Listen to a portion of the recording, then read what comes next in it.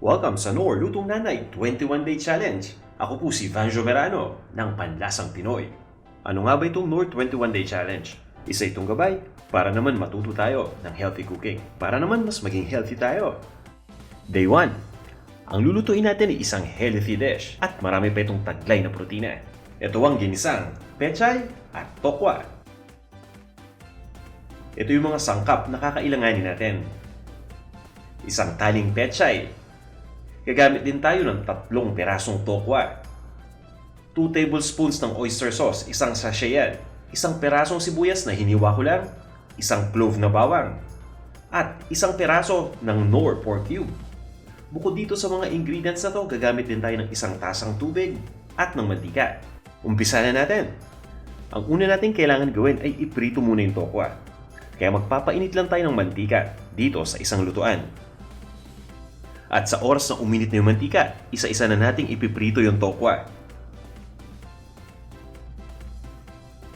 Ang ginagawa ko dito ay piniprito ko muna yung isang bahagi hanggang sa maging golden brown na ang kulay. At naka-medium heat lang tayo katamtamang init lang ibig sabihin yan. At kapag naging golden brown na yung kulay ng isang bahagi, ibaliktad lang natin ito. At itutuloy lang natin yung pagprito dun sa kabilang bahagi. Ganun din yung gagawin natin. Ipiprito lang natin hanggang sa maging golden brown na yung kulay. At pagkatapos ay tatanggalin na natin yung tokwa dito sa ating lutuan. At papalamigin lang muna natin ito. Ngayon naman, hiwain lang muna natin itong pechay. Siguraduhin lang natin na tatanggalin natin yung pinakadulo. At pagkatapos nito, itcha-chop lang natin yung pechay. Hihiwain lang natin ito ng maliliit na peraso.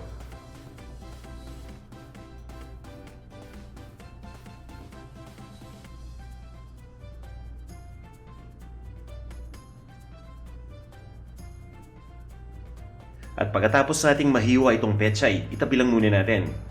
Yung tokwa naman yung hiwain natin. Ito yung tokwa na kakaprito lang natin.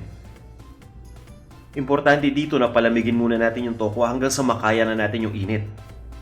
So pwedeng matagal nating palamigin, pwedeng kung kaya na nating hawakan. Okay na yan, pwede na nating hiwain. Gagawin lang natin yung parehong proseso dun pa sa 2 pirasong tokwa. Itabi lang natin ito. At iluto na natin yung ginisang pechay. Nagpainit lang ako ng mantika sa isang cooking pot. At igisa na natin kaagad yung sibuyas sa oras na uminit yung mantika. Kumuha lang ako ng mantika dun sa pinagprituhan natin kanina ng tokwa para hindi masayang. Makaraan ng 30 segundo ng paggisa sa sibuyas, ilagay na natin yung bawang.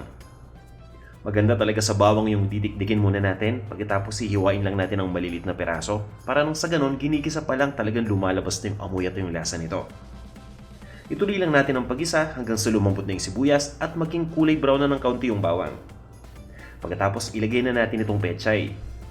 Alam nyo ba na napakaraming taglay na nutrisyon itong pechay? Kagaya na lang ng iron, ng phosphorus. Yan ay isa-isay na natin. Meron din itong calcium na taglay, zinc, at syempre yung vitamin C.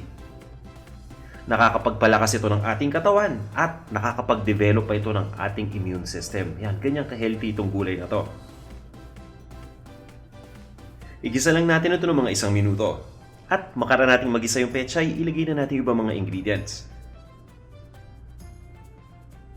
Ito na yung ating tinatawag na oyster sauce.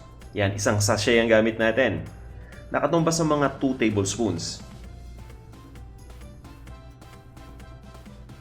Pagkalagay ng oyster sauce, haluin lang natin.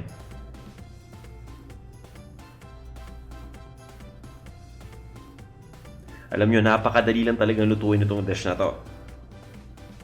Pagkatapos itong paglagay ng oyster sauce, sunod-sunod na natin ilalagay ibang mga sangkap. Ito na yung tubig. Mas gusto ko sa akin ginisang pechay yung medyo may konting sabaw, Kaya naman naglalagay tayo ng tubig dito. Mas masarap pa itong kainin kasama ang kanin. Haluin lang natin. At pagkatapos ay maglalagay din ako dito ng 1 piraso ng Knorr pork cube. Nakakatulong ito para magbigay ng buong lasa ng pork dito sa ating nilulutong dish. Haluin lang natin.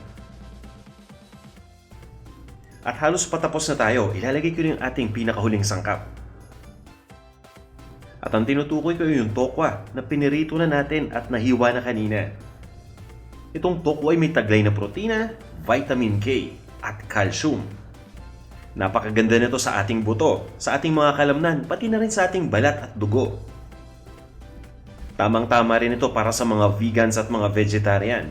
At syempre, nakakatulong din ito para magpababa ng hindi magandang kolesterol sa ating katawan o yung tinatawag natin na bad cholesterol.